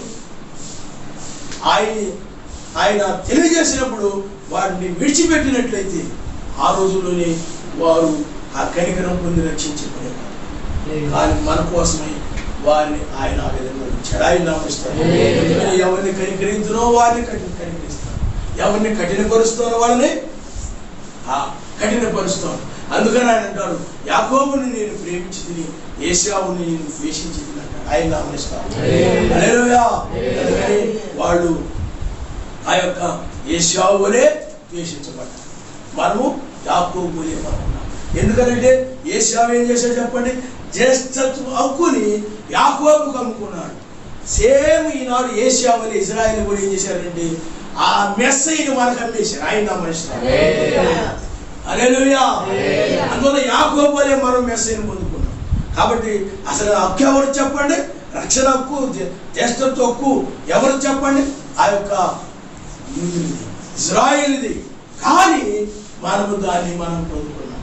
వాడు మనకు అమ్మేశాడు ఆయన, కాబట్టి మనము ఆయన్ని పొందుకున్నాం. కాబట్టి నరుని కోపము నీతిని నెరవేర్చదు. అందువల్ల వాక్యమును సాత్వికముతో అంగీకరించాలి. అందువల్ల ఎవరైనా ఏదైనా ఆ వాక్య సంబంధమైన దాని విషయంలో ఆ కోపము కలిగి ఉన్నట్లయితే వాడు నీతి మీద, అందుకని చాలాసార్లు కొంతమంది ఒకరి మీద ఒకరు కోపం పెట్టుకుంది. ఇప్పుడు మనం బైబిల్లో మనము ఆ యొక్క బైబిల్లో యాకోబు యొక్క సంతానాన్ని మనం చూస్తున్నాం. ఆ యొక్క యోసేపు ఉన్నాడు, అలాగే మిగతా సహోదరులు ఉన్నారు. ఆ యొక్క సహోదరులకి ఆ యొక్క యోసేపు అంటే ఇష్టం ఉండేది. అతడు చెప్పిన కళలను బట్టి, అతడు తండ్రి ఆ ప్రేమించే దానిని బట్టి, అతడికి మంచి వస్త్రము కొని ఇచ్చిన వీటన్నిటిని బట్టి ఈ యొక్క మిగతా వారు ఏం చేసేవాళ్ళంటే యోసేపు మీద అసూయ పెంచుకున్నారు, ఈర్ష్య పెంచుకున్నారు, ద్వేషం పెంచుకున్నారు. ఆ యొక్క దానిని బట్టి కోపము కలిగి ఉన్నారు. వాడు ఆ కోపముతో వాడు ఏం చేశారనంటే ఆ యొక్క యోసేపుని ప్రేమించలేకపోయారు. ప్రేమించి ఆ నీతి క్రియలు చేసినప్పుడే ఆదరించి ప్రేమించి అతని అవసరాల్లో పాలు పొందుతూ ఆ విధంగా ఉన్నప్పుడు ఆ యొక్క మంచిగా జీవించి, మంచిగా ప్రేమ కలిగి, దయ కలిగి, కనికరము కలిగి ఆ గుణ లక్షణాలు అతని పట్ల కలిగి ఉన్నట్లయితే వాడు నీతిమంతులుగా ఉంటారు. కానీ ఆ యొక్క యోసేపు పట్ల వీళ్ళకి ఏమాత్రం కూడా దయ కానీ కనికరం కానీ ఏమాత్రం కూడా లేదు ఈ యొక్క. అందువల్ల వాడు ఏం చేసేవాళ్ళు అంటే యోసేపుని చూసినప్పుడు వాళ్ళకి కోపం వస్తుంది. ఆ కోపం ఆ విధంగా ఉన్నప్పుడు నీతిని చేయగలిగారా? సొంత సహోదరుడిని వాళ్ళు ఏం చేయలేకపోయి చెప్పండి. ఆ కోపం మనసులో పెట్టుకొని ప్రేమించలేకపోయారు. ప్రేమిస్తేనే ప్రేమిస్తేనే నీతి క్రియలు వస్తాయి. క్రియలు ఒకరి పట్ల ఒకరు మనం చేసుకునే క్రియలను బట్టే అవే నీతి క్రియలు. కానీ దాన్ని ఆదరించడము, ప్రేమించడము, జాలి కలిగి ఉండడం, దయ కలిగి ఉండడం, లేకపోతే సహాయపడడం, అతని అవసరతలో సహాయపడి ఈ క్రియలు కలిగి ఉన్నప్పుడే అవి నీతి. అప్పుడు నీతి కలిగి ఉన్నప్పుడు సమాధానం వస్తుంది. సమాధానం వస్తే తర్వాత పరిశుద్ధాత్మ ఆనందం వస్తుంది. కాబట్టి వీళ్ళు ఆ కోపం కలిగి ఉండడం వలన ఆ యొక్క యోసేపుని ఏం చేశారు చెప్పండి? ప్రేమించడానికి. నీతి క్రియలు యోసేపుకి వీళ్ళకి మధ్య నీతి క్రియలు లేవు. యోసేపుకి వీళ్ళకి మధ్య సమాధానం లేదు. యోసేపుకి వీళ్ళకి మధ్య సర్వశక్తిమంతుని ఆనందం లేదు. కోపం ఎంత భయంకరంగా చూడండి. అందులో కోపము కలిగిన వారు నిత్య రాజ్యంలోనికి ప్రవేశించలేరు. నీవు కోపం కాదు, ఎందుకంటే నరుని కోపము అది నీతిని నెరవేర్చని. నువ్వు ఆ విధంగా కోపగించుకుంటున్నావని అంటే వాక్యం చెప్పినప్పుడు, లేకపోతే ఇది ఇలాగా చేసావు, ఇది తప్పు, కరెక్ట్ కాదు అన్నప్పుడు నువ్వు వెంటనే కోపగించుకుంటున్నావు అంటే అది నువ్వు సరిదిద్దుకోకుండా, నువ్వు పశ్చాత్తాపడకుండా కోపగించుకుంటున్నావు అంటే నీ కోపము అది లోక సంబంధమైన కోపం, అది కయ్యూరు కోపం, అది సాధారణ సంబంధమైన కోపం. దాన్ని బట్టి నువ్వు సరిదిద్దుకొని నీతి చేయకుండా ఆ కోపంతోనే నువ్వు ఉండిపోతుంటావు. అందుకని కొంతమందికి చచ్చే వరకు కూడా కోపం, ఒకరి మీద ఉన్న కోపం అంతగా కోపంగా ఉంటారు. అది ఆ చచ్చే వరకు కూడా కోపం కాదు, ఆ పక్కన వాళ్ళు మారినా కానీ ఆ కోపం కూడా బాదు వాడి మీద, అంత భయంకరమైన కోపం. వాడు ఒకవేళ ఆ చీకటి సంబంధించిన వాక్య వీళ్ళలో విడిచిపెట్టినా వీళ్ళలో మాత్రం ఆ యొక్క కోపం మాత్రం పోకుండా అదే కోపంతో ఉంటూ ఉంటారు చచ్చే వరకు కూడా వాళ్ళు. అందువల్ల ఆ చచ్చే వరకు ఆ కోపం ఉండి ఒకరు ప్రేమ, ఒకరి పట్ల ఒకరి ఆదరణ, ఒకరి పట్ల ఒకరు జాలి, ఒకరి పట్ల ఒక కనికరము ఇలాంటివి ఏమీ లేకుండా చచ్చిపోతారు, చివరికి నరకానికి. నరుని కోపము నీతిని నెరవేర్చదు. నీకేముండకూడదు చెప్పండి? ఆ కోపము పాపం చేసే విధంగా. అందుకనే చూడండి, ఆ కోపం వల్ల వాళ్ళు ఏం చేశారు చెప్పండి? అది సర్వశక్తిమంతుడు కోపం అనుకుంటున్నారు. ఎందుకంటే సంఘాలలో అందరూ ఎలాగైతే మేము సర్వశక్తిమంతుడు మాకు తోడుగా ఉన్నాడు అనుకుంటున్నారో వాళ్ళు కూడా ఆ రోజుల్లో అనుకున్నారు, ఎవరికి వాళ్ళే మాకు తోడుగా ఉన్నాడు అనుకుంటున్నారు ప్రతి ఒక్కరు కూడా. కానీ సర్వశక్తిమంతుడు వాళ్ళకు తోడుగా ఉంటే పాపం చేయదు. కానీ వాడు ఆ కోపంతో ఏం చేశారు చెప్పండి? యోసేపుని ఒక గోతిలోకి తోసేసి మళ్ళా పైకి తీసి ఫిలిస్తీనికి అమ్మేశారు. కోపంతో ఆ విధంగా పాపం చేశారు. కోపం అనేటువంటి అంత భయంకరమైంది, కోపం అనేటువంటిది అంత దారుణమైన నరుని కోపం. అందువల్ల నీకు కోపం ఉంటే నువ్వు భక్తి పరిగిరావు, భక్తి చేయలేవు. ఆ కయ్యను కోపం ఉండకూడదు నీలో, ఆ యూదుల్లో ఉన్న కోపం నీలో ఉండకూడదు. నీకు ఎప్పుడు కూడా పశ్చాత్తాపడే మనసు ఉండాలి, సరిదిద్దుకునే మనసు ఉండాలి. అందుకని నరుని కోపము నీతిని నెరవేర్చుడు, అందుకని సాత్వికముతో అంగీకరించుడు వినుటకు. అందుకనే వాడు ఏమాత్రం కూడా వినడానికి చెవిగ్గవాడు కాదు అసలు యూదులు కానీ.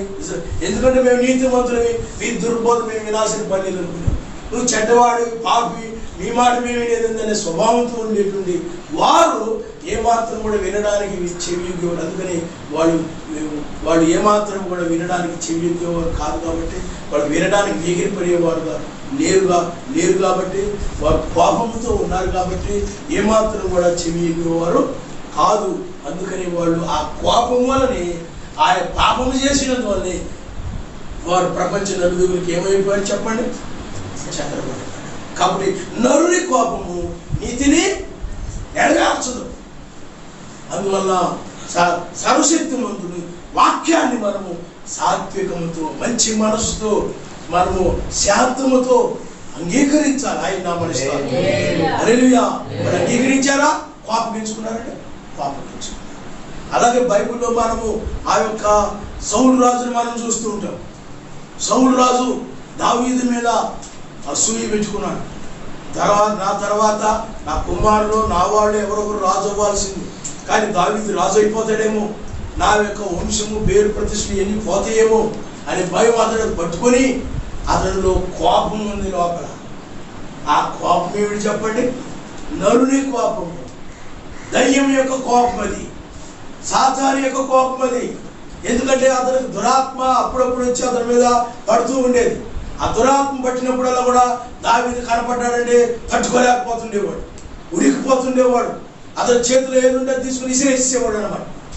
అంటే అది నేను పాపం చేస్తున్నాను, ధర్మశాస్త్రాన్ని మీరిపోతున్నాను, ఇంకా అది లేదు అతనికి. అయ్యో వాక్యం దాటిపోతున్నాను, వాక్యాన్ని మీరిపోతున్నాను, ఇదేంటి నేను ఈ విధంగా సొంత సహోదరుని నేను ప్రేమించకుండా ఇలాగ అసూయపడుతున్నానేంటి, ద్వేషిస్తున్నానేంటి, అతన్ని చంపాలనుకుంటున్నానేంటి, అతను నశిస్తే బాగుండు అనుకుంటున్నానేంటి, అతను చస్తే పేడ వదిలిపోతాను, అలాంటి పాపపు తలంపులు వస్తున్నాయేంటి? మనుషులు ఏం చేస్తారు చెప్పండి? ఆ కోపం ఎక్కితే వాళ్ళు పోతే బాగుండు, వీళ్ళు పోతే బాగుండు, వీళ్ళని ఏదో ఒకటి చేసేస్తే బాగుండు, వీళ్ళని నాకు ఏదైనా దొరికితే చాలని వేసేస్తాను నేను అని రకరకాల మాట్లాడుతున్నారు చూసారా? అది పాపపు తలంపులు, పాపపు మాటలు, అవి అవి పాపపు ఆలోచనలు ఆ యొక్క సౌలు రాజులు చేస్తున్నారు. అందుకని ఎక్కడైనా దొరికితే చాలు అతన్ని చంపడం కోసం మనుషులను పంపడం, సైనికులను పంపడం, రకరకాల కొత్త తంత్రాలు పనడం, పైకి ప్రేమిస్తున్నట్టుగానే ఉండి తన కూతుర్ని ఇస్తానని చెప్పి యుద్ధానికి పంపించి ఈ విధంగా ఏదైనా దూరపడి చచ్చిపోతే బాగుండు, ఆ విధంగా అతని మరణాన్ని కోరుకుంటూ ఉన్నాడు అన్నమాట. ఆ కోపం చూడండి ఎంత భయంకరమైంది, ఎంత దారుణమైందో. పాపాన్ని చేయించేలాగా నడిపిస్తాను, వ్యక్తిని చంపేలాగా నడిపిస్తాను, అతడు చస్తే బాగుండనే విధంగా చూసారా, తలంపు అనేటువంటిది చాలా చెడ్డది. అందుకని కోపము, నరుని కోపము నీతిని నెరవేర్చలేకపోయింది. అంటే ఆ యొక్క సౌలు రాజు దావీదుని ఏమాత్రం కూడా ప్రేమించలేదు.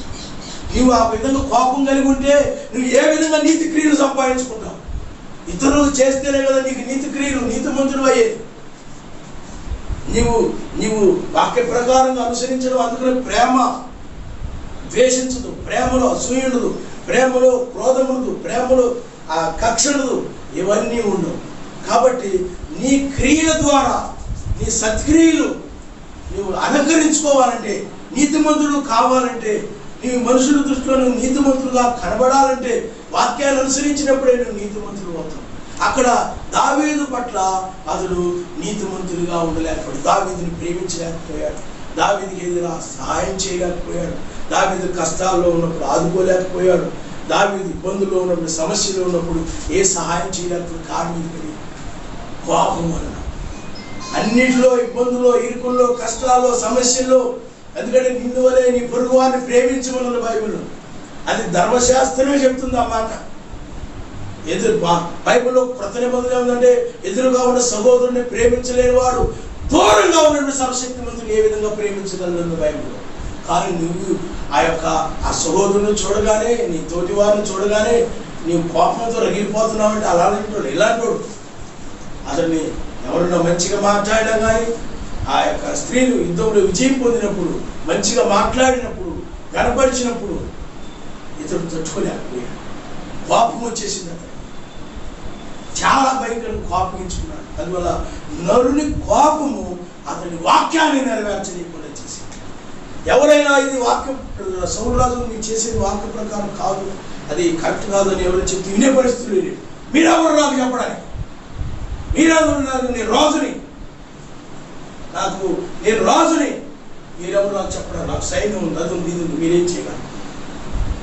ఆ విధంగా ఎదిరించే స్వభావంలో ఉన్నాడే తప్ప మీరే పరిస్థితులు లేవు. అలాగే యూదుల దేవుడు కోపం అనేటువంటిది పాపాన్ని చేయగలరు. ఆ విధంగా దావీదు విషయంలో సౌలు రాజు పాపిగా ఏ మాత్రము కూడా అతడు సర్వశక్తిమంతుని విషయంలో పశ్చాత్తాపడలేదు.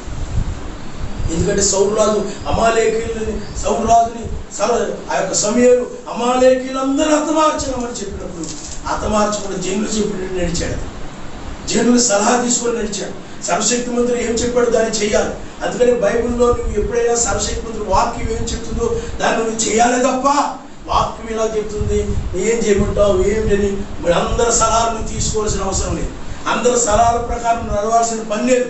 సర్వశక్తిమంతుడు ఏదైనా చెప్తే దాన్ని నువ్వేం చేయాలి చెప్పండి, నెరవేర్చాలి. అంతేగాని జనులందరూ ఒప్పుకుంటారో లేదో, నా భార్య ఒప్పుకుంటుందో లేదో, మా భర్త ఒప్పుకుంటారో లేదో, పిల్లలు ఒప్పుకుంటారో లేదో, వాళ్ళందరూ కూడా ఓకే అన్నప్పుడు చేద్దాంలే, జనులందరూ కూడా ఒప్పుకుంటే వాడు ఏం చెప్తే అది చేద్దాంలే అనే స్వభావం కలిగిన వారు ఈ యొక్క సౌలు వలె దెబ్బతింట. సర్వశక్తిమంతుడు చెప్పాడు ఇంకొకటి ఆలోచన ఏంటి, ఆయన ఏం చెప్పాడు దాన్ని నువ్వు చేయాలంతే. కానీ ఆ విధంగా చేయకుండా జనులు చెప్పినట్టు నడిచిన సర్వశక్తిమంతుడు కోపం వచ్చింది. అంటే నా మాట మీద నమ్మకలేదా సౌలు రాజుకి? నేనేం చెప్పాడు దాన్ని చేయాలి, నేను రాజుని చేసింది నేనే, మరి సృష్టించిన వాడిని నేనే, అతను సృష్టించిన వాడిని నేనే, సృష్టికర్తలైన నన్ను తృణీకరించి నా చేత సృష్టించబడినటువంటి మనుషుల మాటలు తీసుకొని ఇతను నడుస్తూ ఉన్నాడని సర్వశక్తిమంతుడు పాపించుకుని అప్పుడు ఆ యొక్క సౌలు రాజుని రాజుగా ఉండకుండా తృణీకరించినప్పుడు ఆ యొక్క సౌలు ఏమాత్రము కూడా దాని విషయంలో పశ్చాత్తాపం.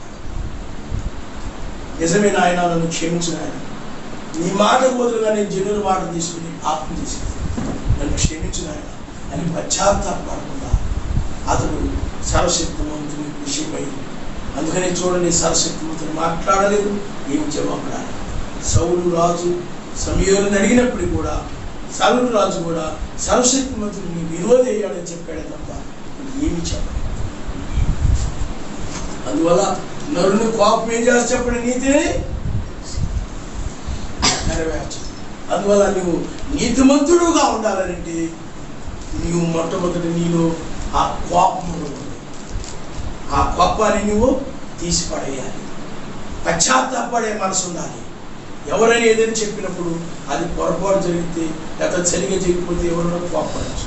దాన్ని వెంటనే నా మీద ఎందుకు కోప్పడాలి అని నువ్వు వెంటనే అలగడము, ఇక నేనేం చేయను నన్ను అలా అన్నారు కాబట్టి మాట అంటే పడే స్వభావం మన భక్తిలో ఉన్నామంటే, నిందలు పడే స్వభావం ఉండాలి.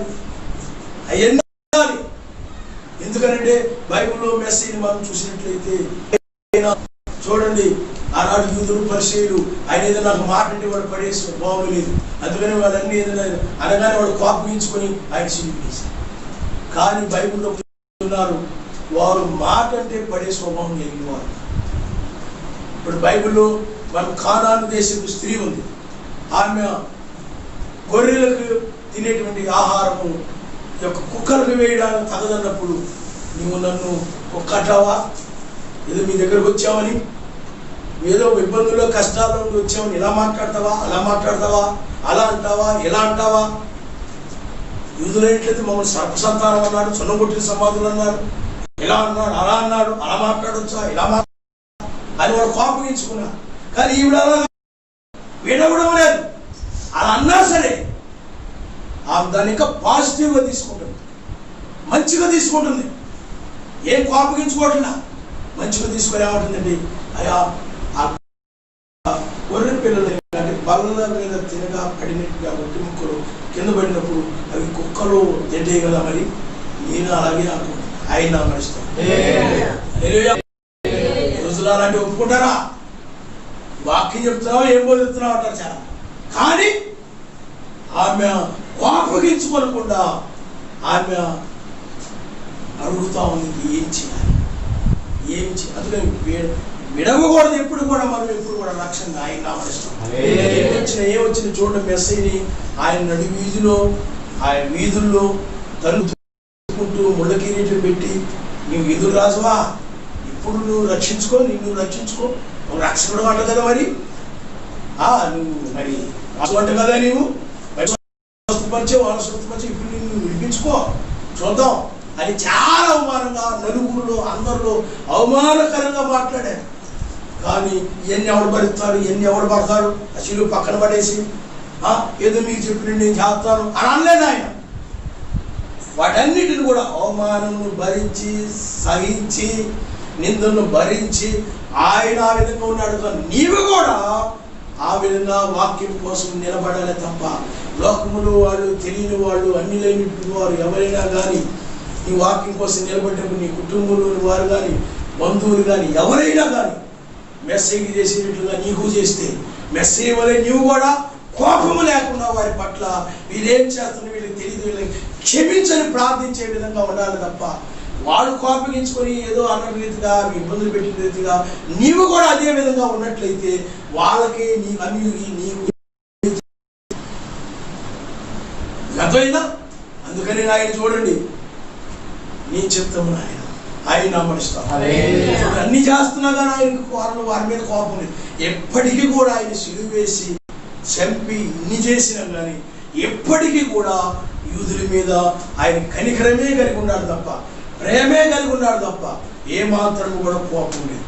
అందుకని మీరు ప్రేమించుడి, మిమ్మల్ని ప్రేమించే వారిని ప్రేమించినడా, మిమ్మల్ని దూషించే వారిని ప్రేమించండి, మిమ్మల్ని హింసించే వారిని మీరు ప్రేమించండి, మిమ్మల్ని అవమానపరిచే వారిని మీరు ప్రేమించండి. వాళ్ళు అవమానపరుస్తున్నారు, ఎక్కడ దొరుకుతారని నువ్వు కోపం పెట్టుకోవడం కాదు. వాళ్ళు ఎక్కడ నన్ను ఇలా అన్నారు కాబట్టి ఎక్కడ దొరుకుతారని నేను కూడా తిరిగి ఆ సమయం దొరికినప్పుడు నేను కూడా ఆ మాట వదిలేస్తాను. అప్పుడు వదిలేస్తే సంతృప్తి పొందుతాను, అప్పుడు నా కోపం చల్లారుతుంది. ఆ విధంగా ఉండడం కాదు. ప్రేమించు, ఆయన నామనిస్తాను. క్షమించు, ప్రేమలో క్షమించడం అంటే ప్రేమ అనేది ఎప్పుడు కూడా ఏం చేయాలి చెప్పండి, క్షమిస్తాయి. కానీ కొంతమంది క్షమించకుండా అదే లోపల పెట్టుకొని ఉండిపోతుంటారు అన్నమాట జీవితాంతం కూడా. క్షమించినప్పుడే, అందుకనే క్షమించి ప్రేమించాలి. కానీ అంతరంగంలో దోషాలు పెట్టుకొని ఇల్లంటారు దోషాలు పెట్టుకొని అవి ఇస్తే క్షమించకుండా అది కపటమైన ప్రేమ అవుతుంది. క్షమించడం అంటే ఏమిటి చెప్పండి, మర్చిపోవాలి. ఇక నువ్వు దాన్ని ఏం చేయాలి, మర్చిపోవాలి. చాలా మంది నీకెవరైనా ఇంతకు ముందు హాని చేశారనుకోండి, కీడు చేశారనుకోండి, కీడు చేసినప్పుడు దాన్ని మర్చిపోవాలి. కానీ మరలా ఏం చేస్తుంటారంటే కూర్చొని మరలా మారిపోయిన పుంగులు గోక్కుంటున్నట్టుగా వీళ్ళు అలాంటి వాళ్ళు ఇలాంటి వాళ్ళు దుష్టులు చీడ పురుగులు ఇలాగా అలాగా అని వాళ్ళని క్షమించకుండా వాళ్ళని గురించి జ్ఞాపకం చేసుకుంటూ వాళ్ళ క్రియలు జ్ఞాపకం చేసుకుంటూ ఇంకా మానసికంగా కుంగిపోతూ ఉంటారు. అది తప్పు. క్షమించడం అంటే ఏమిటి చెప్పండి? మర్చిపోవడం. అందుకనే మర్చిపోవడం అనేటువంటి సముద్రంలో మన పాపాలు పడవేయబడ్డాయని బైబిల్లో హల్లెలూయా. మర్చిపోవడము. అందుకని నీ పాపాలు క్షమించబడాలంటే నీవు ఆయన యొక్క సన్నిధిలో నీ పాపాలు క్షమించబడాలంటే ఇతరులను నువ్వు క్షమించాలి. అంతేగాని క్షమించకుండా కోపం పెట్టుకుని ఉన్నావంటే పరలోక రాజ్యానికి రావు. నీ పాపాల విషయంలో కూడా నీ మీద కోపం పెట్టుకుంటాడు. ఎందుకంటే నిన్ను కనికరించాడు కాబట్టి నీకు తెలుసు మంచి ఏదో చెడు తెలుసు. వాళ్ళు కనికరించలేదు కాబట్టి వాళ్ళకి మంచి చెడు తెలియదు. కాబట్టి నువ్వు వాళ్ళని ప్రేమ కలిగి ఉండాలి తప్ప ద్వేషం కలిగి ఉండకూడదు. నిన్ను కూడా కనికరించకపోతే నువ్వేదో గొప్ప అయిపోయినట్టు అవ్వకూడదు. ఆ కనికరం అదే కనికరం వాళ్ళ మీద లేదు కాబట్టి వాడు పాపిగా ఉండి రకరకాల మాట్లాడచ్చు, అర్థం చేసుకోక అపార్థం చేసుకొని గ్రహించగలిగితే అలాగే ఇలా ఊహించుకొని ఎన్నెన్నో మాట్లాడచ్చు, ఎన్నెన్నో అనొచ్చు. కానీ అయినప్పటికీ కూడా నీవు ప్రేమ కలిగి ఉన్నాడు. అందులో యూదుల పట్ల ఎప్పటికీ కూడా ఆయన ప్రేమ కలిగి ఉన్నాడు. ఆయన వాళ్ళు పెట్టినటువంటి హింసలు, బాధలు, లేకపోతే ఆ యొక్క కొరడా దెబ్బలు అవన్నీ కూడా అసలు ఆయన జ్ఞాపకమే లేవు. వాటన్నిటిని కూడా ఆయన మర్చిపోయి ఎప్పుడు నా దగ్గరకు వస్తారా, ఎప్పుడు వారిని నేను వాడి దగ్గరికి వెళ్ళి నేను ఆ యొక్క అపోస్తుల బోధన ఎప్పుడు వాళ్ళకి ప్రకటిస్తానా, మోషే ఎలీయాలను ఎప్పుడు వాళ్ళ దగ్గరకు పంపుతానా, ఆ విధమైన మనసు వాళ్ళు ఎప్పుడు రక్షించబడతారా, వాళ్ళు ఎప్పుడు వాళ్ళు కనికరం పొందుతారా, ఈ సువార్త ద్వారా ముయ్యబడగానే ఎత్తబడగానే వాళ్ళ పట్ల ఆయన ప్రేమ ఆవేదన లేకుండా ఆయన నామస్తున్నారు. వాళ్ళ విషయంలో అసలు ఏమి లేదు, వాళ్ళు నాకు ఏమి చేయలేదు, ఏమి జరగలేదు అన్నట్టుగానే ఆయన ఉన్నాడు. ఆయన నామస్తున్నారు. అంతేగాని వాళ్ళ మీద కోపం కలిగి ఇంకా కోపాన్ని మనసులో పెట్టుకుని ఆయన లేడు. అలా కోపం పెట్టుకుని ఆయన నరుడు కాదు. నరుని కోపం అయితే నీతిని నెరవేర్చదు. కానీ సర్వశక్తిమంతుని కోపము బైబిల్లో కొంచెం క్షణమాత్రమే ఉండదు బైబిల్. ఆయన ఇంకా మీరు ఆ యొక్క కోపం గురించి ఎఫెసీయులకు రాసిన పత్రిక 4వ అధ్యాయము 26 వచనాన్ని మనం ఒకసారి చూద్దాం. ఎఫెసీయులకు రాసిన పత్రిక 4వ అధ్యాయము 24వ వచనం 26వ వచనం చదువమ్మా. 4వ అధ్యాయం 26. కోపపడుడు గాని పాపం చేయబడి సూర్యుడు అస్తమించు వరకు మీ కోపము ఆయన సూర్యుడు అస్తమించే లోపే ఆ కోపం ఏమైపోయింది చెప్పండి. ఒకవేళ ఏదైనా ఎవరైనా ఎవరి మీద నీ కోపం కలిగినప్పుడు, వాడు వాక్యాన్ని వ్యతిరేకం ఉన్నప్పుడు, లేకపోతే నీకు ఏదో కోపం కలిగినప్పుడు ఆ కోపం అలా పెట్టుకొని ఉండకూడదు. వాక్యం నువ్వు పాటించాలి. సూర్యుడు అస్తమించే లోపే ఆ కోపం పోవాలి వాళ్ళ మీద. కానీ ఇంకా వాళ్ళ మీద ఏ కోపం నీకు ఉండకూడదు. ఇంకా ఎలాంటి కోపం వాళ్ళ విషయంలో కనబడకుండా నీవు ఉండాలి. అది ఈనాడు చాలా మంది క్రైస్తవుల్లో ఆ సూర్యుడు అస్తమించే లోపే ఆ కోపం విడిచిపెట్టకుండా సూర్యుడు అస్తమించిన తర్వాత కూడా వాళ్ళ మీద అదే కోపం కలిగి ఉండాలని వాళ్ళ వాక్యాన్ని మీరిపోయి పాపులుగా ఉన్నారు. వాళ్ళు అలా మత్స్యాల సంఘాలు ఉన్నట్టు, లోకస్తులు ఉన్నట్టు ఉండకుండా సర్వశక్తిమంతుని యొక్క నీతిని నెరవేర్చాలంటే కోపం నీలో ఉండకూడదు. అందుకని జాన్సన్ గారు కానీ, లేకపోతే బ్రహ్మాన్ గారు కానీ, లేకపోతే ఆయా సేవకులు కానీ లౌకిక సంఘకాలంలో మతశాఖ సంఘాలలో ఉన్నటువంటి దుర్బోధనని ఖండించారు. మనం ఎప్పుడు కూడా వ్యక్తుల విషయంలో మనకు ద్వేషం లేదు. వాళ్ళ సిద్ధాంతాలనే మనం ద్వేషిస్తాం, వాళ్ళ ఆచారాలనే మనం ద్వేషిస్తాం. మనుషుల్ని మనం ద్వేషించడం లేదు. వాళ్ళ యొక్క వ్యక్తిత్వాన్ని, వాళ్ళ ప్రాచీన పాపపు స్వభావాన్ని మనం ద్వేషిస్తూ ఉంటాం తప్ప వ్యక్తులను మనం ఎప్పుడు కూడా ద్వేషించకూడదు. సాధారణ, ఎందుకంటే సాధారణ వల్లే అవి జరుగుతూ ఉంటాయి కాబట్టి సాధారణని వాడి యొక్క క్రియలను ద్వేషించాలి తప్ప వ్యక్తుల మీద ఎప్పుడు కోపం పెట్టుకుంటాం. ఆయన నామస్తున్నారు. హల్లెలూయా. వాళ్ళ కోపం కలిగిన సూర్యుడు అస్తమించే లోపు, అంతేగాని తిండి తినకుండా మానేసి లేకపోతే ఆ విధంగా బలహీనమైపోవడం, నీరసమైపోవడం, ఈ స్థితిని తెచ్చుకోవడం. ఎందుకంటే అది ప్రతి ఇళ్లలో ఉంటా ఉంటుంది, అన్నిల్లో కూడా జరుగుతూ ఉంటుంది. భార్యాభర్తలు గొడవలు ఆడుకుంటారు, లేకపోతే పిల్లలు అలాగే తండ్రి గొడవలు ఆడుకుంటుంటారు, రకరకాలు జరుగుతూ ఉంటాయి. ఆ సమయంలో ఏం చేస్తుంటారంటే ఏమి భుజించకుండా ఉండిపోతూ ఉంటారు. కానీ ఇది సూర్యుడు అస్తమించేలోపు ఏమైపోవాలి చెప్పండి, క్లీన్ ఆ కోపం. బైబిల్ ఆ విధంగా చెప్తా ఉంది. ఎందుకంటే ఆ కోపం అలా కలిగి ఉంటే మీరు నీతిని నెరవేర్చడం కోల్పోతారు, సమాధానాన్ని కోల్పోతారు. ఎందుకంటే ఒకరి మధ్య ఒకరి పట్ల ఒకరు నీతిమంతులుగా జీవించాలి. ఎదుటివారి విషయంలో నీతిగా ఉండాలి. నీవు ఇతరుల పట్ల నీతిగా వ్యవహరించాలి. అన్యాయంగా మోసంగా వ్యవహరించకుండా నీతిమంతులుగా ఉండాలి. ఇతరుల విషయంలో ఇతరులను అన్యాయం మోసం చేయకుండా ఉండడమే నువ్వు నీతిమంతుడిగా వ్యవహరించడం. అవన్నీ నువ్వు హింసించకుండా, బాధించకుండా, అనరాని మాటలు అనకుండా ఇవన్నీ ఉండాలంటే అవన్నీ నీతిమంతుడిగా ఉన్నప్పుడే. అవన్నీ లేకుండా ఉన్నదాన్ని బట్టి నువ్వు నీతిమంతుడుగా ఉంటావు కనుక, సమాధానము కలిగి ఉంటావు కనుక, పరిశుద్ధాత్మ ఆనందం కలిగి ఉంటాయి. అవి అందువల్ల నేను ఏం చేయాలంటే నీతిని నెరవేర్చాలంటే కోపము కలిగి ఉండకూడదు. నడుని కోపము నీతిని నెరవేర్చదు. అందుకని మెస్సేజ్ పట్ల వాళ్ళు నీతిగా ఉండలేకపోయారు. పాపము చేశారు తప్ప ఆయన విషయంలో నీతిని నెరవేర్చలేకపోయారు. అలాగే బ్రహ్మం గారు, జాన్సన్ గారు అందరూ కూడా మత్స్యాల సంఘాల సువార్త ప్రకటించినప్పుడు వారు ఆ యొక్క దుర్బోధన ఖండించారు. బైబిల్లో దుర్బోధన ఖండించారు. ఆ బోధనలు, ఆ సిద్ధాంతాల కల్పిత ఆచారాలు, వాక్య వ్యతిరేకమైన వాటిని ఖండించినప్పుడు ఆ సంఘాల వాళ్ళు కోపగించుకున్నారు. మమ్మల్ని ఎలాగంటాడా, అలాగంటాడా, వాళ్ళదే సత్యమా, మా సత్యం కదా, మేము చెప్పేది కరెక్ట్ కదా, వాళ్ళు చెప్పేది కరెక్టా అని కోపగించుకున్నారు తప్ప పశ్చాత్తాపడి ఆ తిరత్వములని విడిచిపెట్టేసి ఆయన ఒక్కడిని ఒప్పుకొని ఆ నామములో బాప్తిజం పొందలేవాడు. అది నీతిని నెరవేర్చడం అని మెసేజ్ చెప్పాడు. ఆయన నామనిస్తాం నీతి యావత్తు అయ్యా నేను నీ యొద్ద బాప్తిజం పొందాల్సి ఉండగా నేను నీకు బాప్తిజం ఏమిటన్నా ఇవ్వడం ఏంటన్నాడు యోహాను. నీతి యావత్తు మిగతా వాళ్ళందరూ కూడా ఈ విధంగా అనుసరించాలి. ఆయన నామనిస్తాం. హల్లెలూయా. పశ్చాత్తాపడ్డారా? పశ్చాత్తాపడి ఆయన ఒక్కడే అంగీకరించారా? త్రిత్వాన్ని విడిచిపెట్టేశారా? లేదు, కోపగించుకున్నారు. నామాన్ని తృణీకరించారు. నామములో బాప్తిజాన్ని త్రోసివేశారు. బైబిల్లో ఎక్కడే కానీ తండ్రి, కుమార, పరిశుద్ధాత్మను బాప్తిజం పొందిన ఒక్కరు తీర్చారు. బైబిల్లో ఎవరు పొందుకోలేదు. రోమన్ క్యాథలికులు తీసుకొచ్చేది ముగ్గురు దేవుడి సిద్ధాంతం. అది తర్వాత లోకల్ సంఘం, బాప్టిస్ట్ సంఘం అన్ని సంఘాలు కట్టించేసి క్రిస్టమస్ అన్ని కూడా ఆడి తీసుకొచ్చారు. బైబిల్లో అపోస్తులు చేయలేదు, దాన్ని నెరవేర్చలేదు. కాబట్టి ప్రతిదీ కూడా సంఘాల్లోకి వచ్చేసాయి.